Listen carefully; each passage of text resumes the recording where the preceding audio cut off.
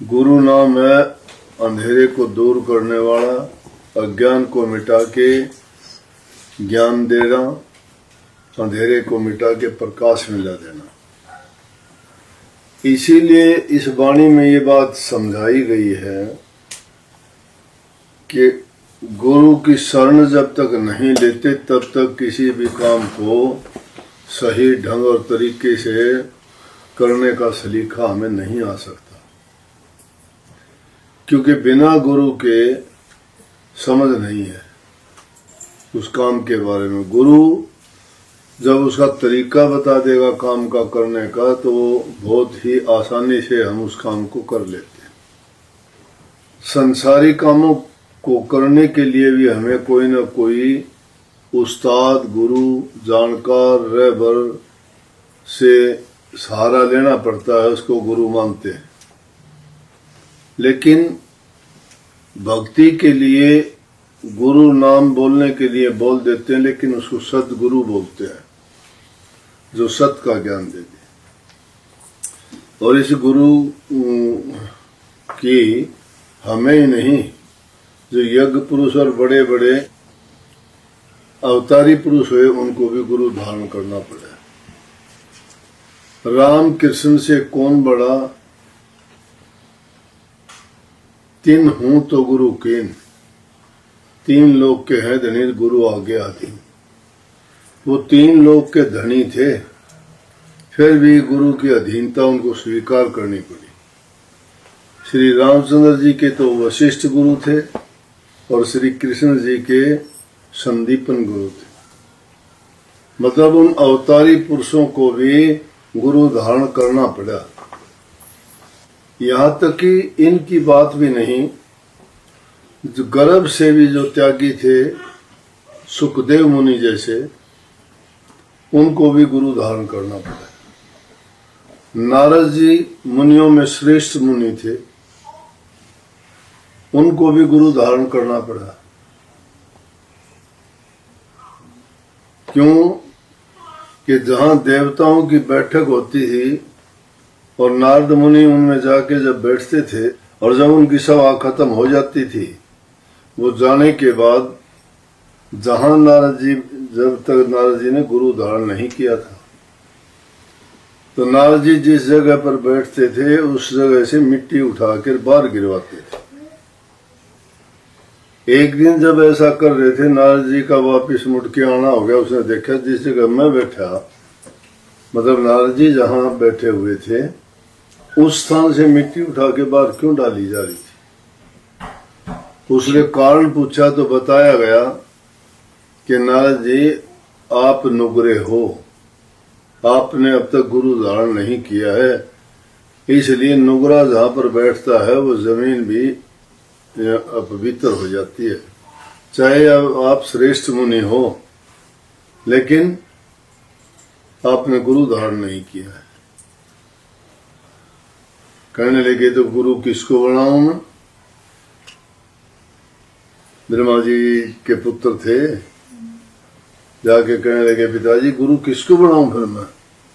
ऐसा कर, सुबह उठ के जब बाहर जा, नगरी के दरवाजे खुले, सबसे पहले जो आपको आदमी मिल जाए उसी को गुरु बना। तो नारद जी अगले दिन उठ के जब सुबह उठ के बाहर गए, बाहर निकले तो दरवाजे से बाहर निकलते ही झीमर मिल गया। झीमर जो मछली पकड़ के लाते हैं, नारद जी ने गुरु बना लिया। हुक्म था कि जो पहला व्यक्ति मिले उसी को गुरु बना लेना। अगले दिन ब्रह्मा जी पूछने लगे, हाँ जी बोलो नारद जी। बोला जी मैंने गुरु बना लिया, पर गुरु बना लिया पर क्या? बोला झीमर है।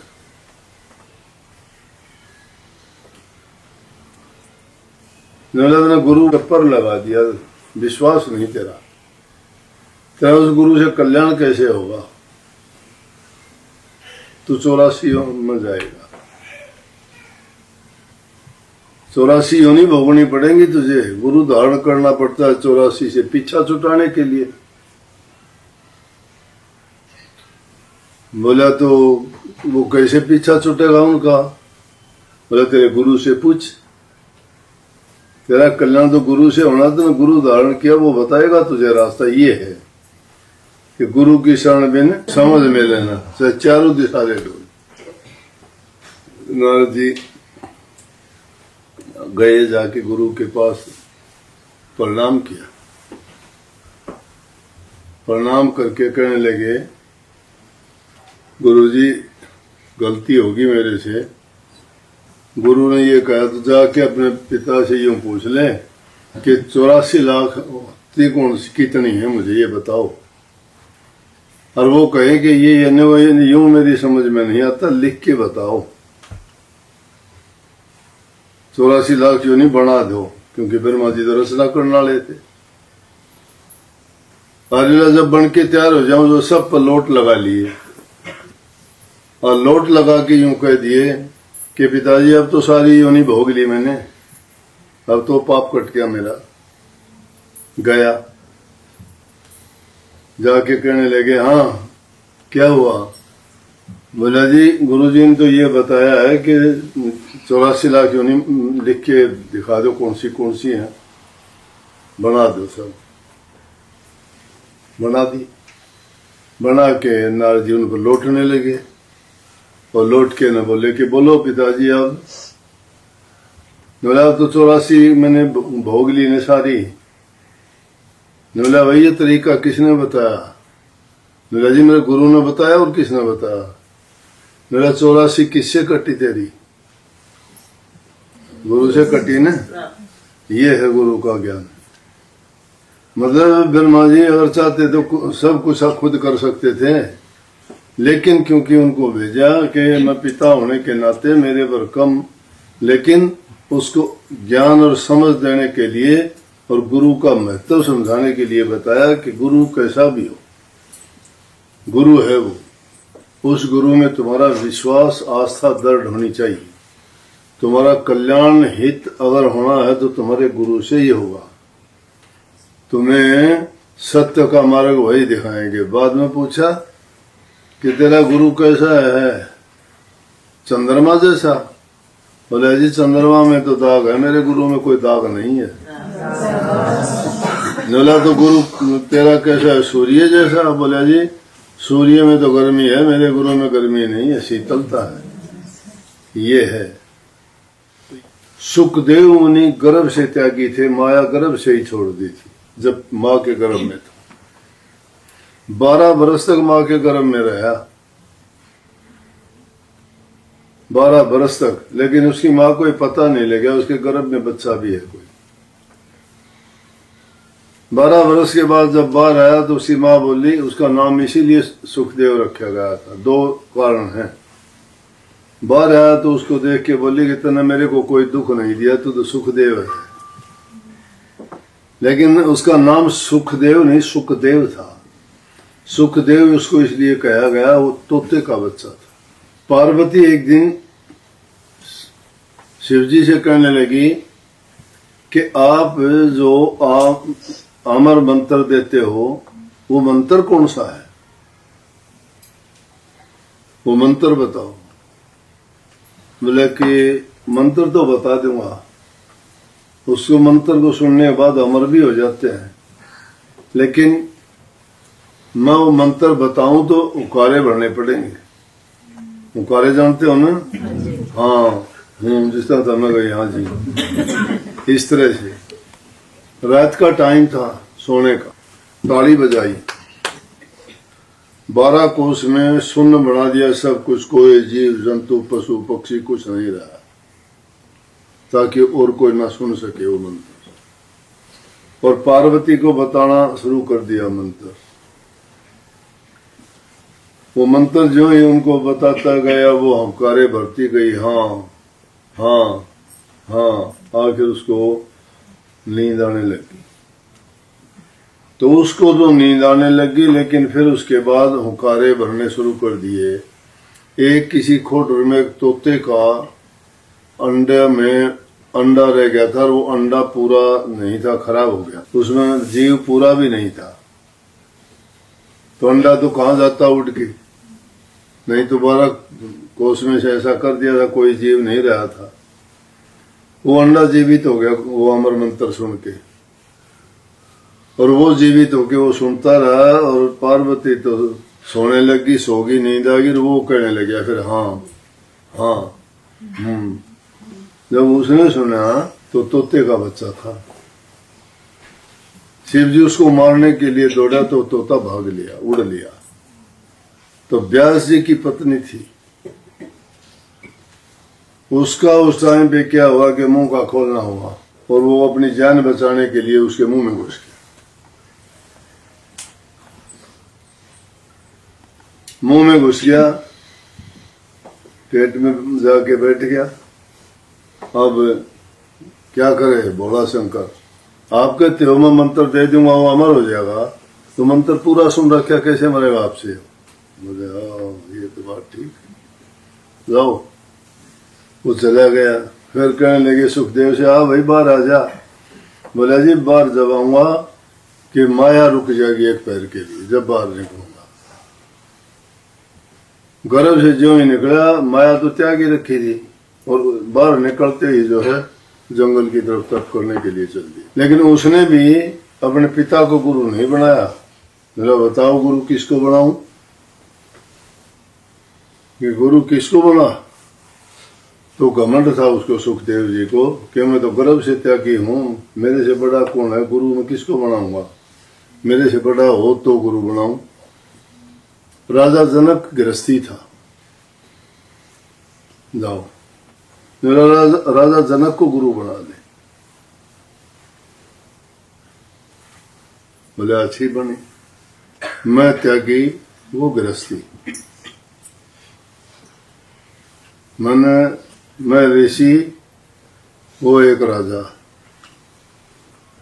ये कभी हो सकता है? त्यागी हर प्रकार से जन्म से मैं इतना करने वाला, और वो एक राजा का जाके गुरु कैसे बनाऊं? गया, वापिस आ गया ये बात सोच के।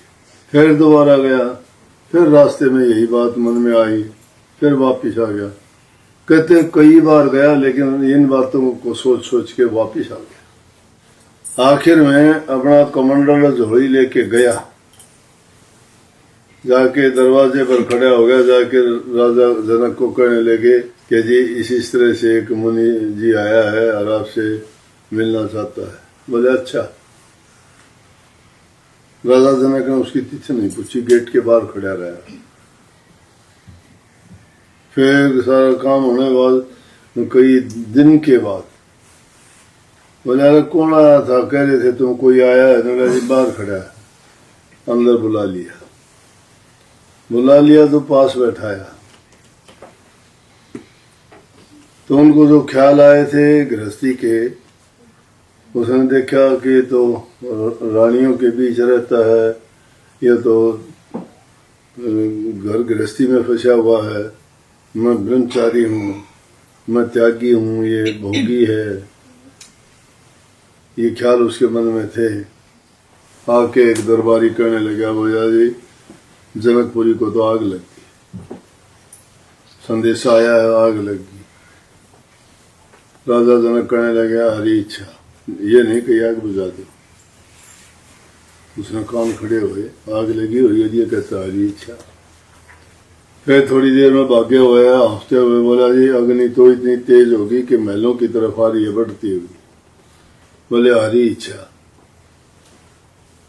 फिर थोड़ी देर की बाद में आए भाग के, तो बोला जी आग तो महलों में आ गई, अंदर घुस गई है और महल में बुरी हालत होने वाली है। बोले हरी इच्छा। सुखदेव मुनि भाग गया। बोले कहाँ जा? हाथ पकड़ लिया। बोले कहाँ जा रहा है? आग लागन लग रही, जलन लग रही। मैं कहता हूँ हरी इच्छा। तुम्हें उस खातर तो त्यागी बने फिर जाता तो एक झोली कमंडल खातर बाज लिया के इतनी कीमती से वो। जब उसका धड़ाम देखी कि अप्सराएं तो पंखा जोड़ती हैं, कोई पा दबाती है, दूसरी तरफ देखा तो अग्नि में पा दे रखे। उनको देख के उसका मन विचलित हुआ। तो इसलिए राजा जनक गृहस्थ में रहते हुए बहुत उच्च कोटि के करने वाले हुए हैं। उनने भी उनको गुरु धारण किया। और राजा जनक का बारे में बताई है कि राजा जनक गृहस्थी होते हुए भी नरक को खाली कर दिया था, पूरे नरक को। जब चौड़ा छोड़ने के बाद जाने लगे तो रास्ते में नरक जब आया तो वहां चिल्ला रहे थे जीव जो नरक भोगते हैं वो, हाय तौबा दुखी, अलग अलग उनकी कर्राहट सुन के राजा जनक के कानों में उनकी जो दुखी आवाज थी वो पड़ी। बोले भाई ये क्या है? बोले जी ये तो नरक है, नरक में जो जीव पड़े हैं उनका वो। बोला कि इनका कल्याण करना पड़ेगा। राजा जनक गए, अपना अंगूठा लगा के वहां कहा कि मैं मेरी करनी देता हूँ, इन सब नरक के जो जीव हैं इनको सबको आजाद करो, इनका सब कर्म मैं पूरा करता हूँ। जब कही थी धन धन राजा जनक को जिन सुमरण किया विवेक, एक घड़ी के कारण चारे पुरुष अनेक, पूरे नरक को खाली कर दिया। तो गुरु का दर्जा हमारे जीवन में बहुत ऊंचा है। आप शिक्षा ग्रहण करते हो वो भी गुरु है, आप कोई भी व्यवसाय सीखते हो किसी से वो भी गुरु है, आप किसी से कोई हुनर सीखते हो वो भी सिखाने वाला गुरु है। इसीलिए सबका उस्ताद या गुरु जिंदगी में सबका होता है। ऐसा कोई भी काम करो उसने किसी न किसी रूप में किसी से सीखा होता है। तो वो गुरु तो हमें सिर्फ पेट पालने के संसारी दुनियादारी के धंधे सिखाते हैं, वो उनके काम सिखाते हैं, उनकी तौर तरीके बताते हैं। लेकिन जो सतगुरु होता है वो तो इस जन्म मन और 84 से काटने का रास्ता दिखाता है, बार बार हमें भटकाव से बचाता है।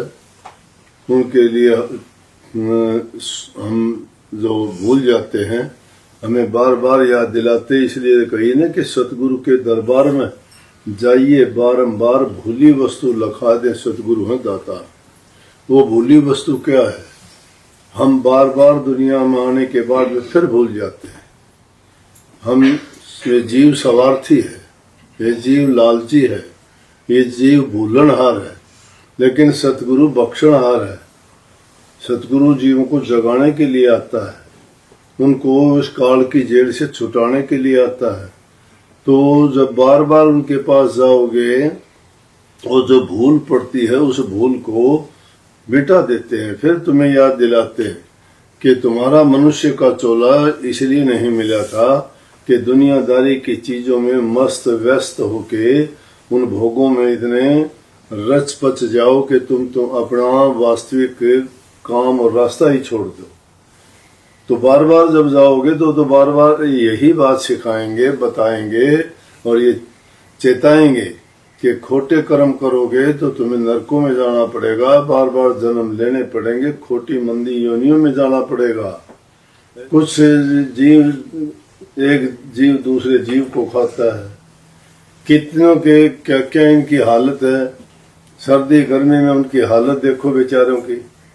तूफान जब आते हैं, आंधी तूफान, बर्फानी तूफान, मिट्टी के तूफान, पानी के तूफान, कहाँ उनके घर घोंसले होते हैं। कितनी बुरी तरह से वो मारे जाते हैं, कितने उनको कष्ट झेलने पड़ते हैं, पक्षियों को, जीवों जंतुओं को। ये ना सोचो कि वो कभी इंसान नहीं थे, लेकिन हम भी उन सब योनियों में पढ़ के ही वापिस आके इंसान का चोला मिला है। और अब अगर ये भूल हमने कर दी और हमने ये नहीं चेता तो हमें फिर उन योनियों में फिर वापिस जाना पड़ सकता है। इसलिए अपना कर्म सुधारो, कर्म बनाओ। कर्म का सुधार किससे होगा? प्रभु की भक्ति से होगा, नेक काम करने से होगा, हृदय की शुद्धता पवित्रता से होगा और उसमें शुद्ध भावना, शुद्ध विचार, शुद्ध ख्याल, शुद्ध खाना, शुद्ध रहन सहन, सच्चा कहना, सच्चा रहना और सत्य का ही पालन करना इंसान को प्रभु की डगर की ओर ले जाता है और वो अपनी मंजिल पे पहुंचता है। लेकिन हमें ये भूल पड़ती रहती है। उसका कारण ये है कि ये संसार मीठी जेल है। मीठी और जेल दो चीज अलग अलग होगी। मीठी तो इसलिए है कि हमें पता है ये नाश करने वाली है, कष्टों दुखों का घर है, फिर भी हम इसमें रह के भूल जाते हैं हंसी खुशी से। अपने और ही चीजों में खुशी ढूंढते हैं। और जेल क्यों है कि बार बार जन्मते और मरते हैं, इससे बाहर निकलते ही नहीं। इससे बाहर निकलने के बाद ही तो बाहरी दुनिया के आनंद और मजे और स्वतंत्रता से आएगी। एक पक्षी को अगर किसी पिंजरे में बंद करके उसको कितनी अच्छी अच्छी चीजें खिलाओ, लेकिन जब तक वो स्वतंत्र आकाश में नहीं घूमता है, पक्षियों में नहीं बैठता है, प्रकृति के जीवन नहीं जीता है, और वो अपने मर्जी से कहीं जा आ नहीं सकता, तो उसका जीवन कैसा होता है? बड़ा नीरस होता है, दुखी होता है। हम भी ऐसे ही है। उस बारी दुनिया का हमें पता ही नहीं है। इस जेल में रहते रहते हमारे विचार ऐसे ही हो गए कि यही सब कुछ है। जैसे एक कुएं में के उसके मेंढ के ऊपर आके एक हंस बैठ गया। हंस बैठ गया तो हंस को कुएं में मेंढक था। मेंढक ने उसकी तरफ देख के हंस को कहने लगा, भाई उसे कभी देखा नहीं था, कुआं हो गया, अगर बाहर समुद्रों में होता तो देख लेता, लेकिन कुएं का मेंढक था वो। हम सब कुएं के मेंढक की तरह हैं। हम उतना ही जानते हैं जितना हमारा चारों वातावरण है हमारा, उससे बाहर का हमें नहीं पता, लेकिन सतगुरु जानता है वो। तो कुएं में बैठा था, ऊपर देखा, हंस को देख के कहने लगा, भाई आप कौन हो? बोले हंस। बोले हंस क्या करते हैं, कहाँ रहते हो? बोले समुद्रों में। समुद्र में क्या करते हो? बोले मोती। समुद्र कैसा होता है? बोले जैसे तेरा कुआं है इसी तरह से वो पानी का स्रोत होता है। बोले कितना बड़ा होगा भाई वो? बोला बहुत बड़ा होता है। उसने मेंढक ने एक टांग फैला के बोला इतना बड़ा? बोला नहीं, इससे बड़ा होता है। दूसरी फैला दी, बोला इतना बड़ा? बोला नहीं, इससे बहुत बड़ा होता है। उसने चारों टांग फैला के बोला इतना बड़ा होता है? बोला अरे भैया बहुत बड़ा होता है। उसने छलांग लगाई, एक छलांग लगाई, बोले इतना? बोला तुम बेवकूफ है क्या, बहुत बड़ा होता है वो तो। और लगाई, इतना बड़ा? बोला अरे तेरे कुएं से तो लाखों गुना बड़ा होता है, उसकी क्या गिनती है? बोला झूठ बोलता है, देखा ही नहीं तो झूठ मानेगा वो, उसको क्या पता। इसीलिए उसको कूक मंडूक कहते हैं ना, कुएं का मेंढक। कुएं से ज्यादा नहीं जानता वो। ये जीव भी इसी प्रकार से कुएं के मेंढक की तरह से है। ये जीवन को ही सब कुछ मानता है कि इससे अच्छा जीवन कोई नहीं है, लेकिन इसको नहीं पता है। हंस सतगुरु होता है, वो इसको समझाता है, अरे बेवकूफो, बहुत आनंद की जगह दूसरी है, ये आनंद नहीं है। उस आनंद को पाना चाहते हो तो बाहर निकलो इस कुएं से, और उसको मंडूक की तरह से अपने छोटे विचार रख के इसी में खुशी ना मानो। इंसान इसी तरह से मानता है, परंतु सतगुरु जो मिलता है, सतगुरु जो वचन सुनाता है और वो खोल के तुम्हें भेद बताता है, तो उस भेद को समझ के करनी किया करो। करनी करोगे, तुम्हारे भ्रम के पर्दे उतरते चले जाएंगे। गुरु के आज्ञा में जब रहोगे तो तुम्हारा अज्ञान अंधेरा दूर होता चला जाएगा, और ज्ञान का प्रकाश जब हो जाएगा, समझ में जब आएगा। उसके लिए नित्य प्रति के भजन किया करो, सुमन किया करो, ध्यान किया करो, खोटे मंदे कर्म करने से बचा करो, सेवा प्रेम किया करो, मीठे वचन बोला करो, किसी को किसी प्रकार से पीड़ा ना दो, मन से वचन से कर्म से शुद्ध और पवित्र बनो, किसी को दुख ना दो। तुम्हें कोई देता है वो अपना भोग लेगा, तुम ना दो किसी को। तुम देखोगे तुम्हारे लिए तो अच्छा ही होगा, उस करने वाले के लिए अपना कर्म भोग लेगा वो। तो उसमें ये ना सोचो वो करने वाला, न्याय करने वाला वो देगा फैसला, हम अपना फैसला या अपना वो क्यों वो करें। हम परीक्षार्थी तो वो परीक्षा देगा, उसकी जांच तो करने वाला ही उसका परिणाम देगा ना। हमें तो परीक्षा देनी है, हमें अपना काम करना है, वो परिणाम तो मालिक के हाथ छोड़ो।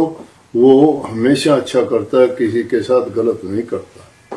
तो पूरी आस्था और विश्वास के साथ रख के गुरु के दिए नाम की कमाई किया करो। तुम्हें तुम्हारा साथ वही देगा। दुख कष्ट तकलीफ परेशानी आती है तो याद किया करो बार बार नाम को, गुरु को, उनके गुणों को, उनके दिए हुए वचनों को, और तुम्हें शांति मिलेगी, वो घड़ी टल जाएगी, दुख भी तुम्हारा दूर हो जाएगा, मालिक तुम्हारी पुकार सुनेगा और हर प्रकार से आपको सुखी बना देगा। सबको बहुत बहुत आशीर्वाद। राम।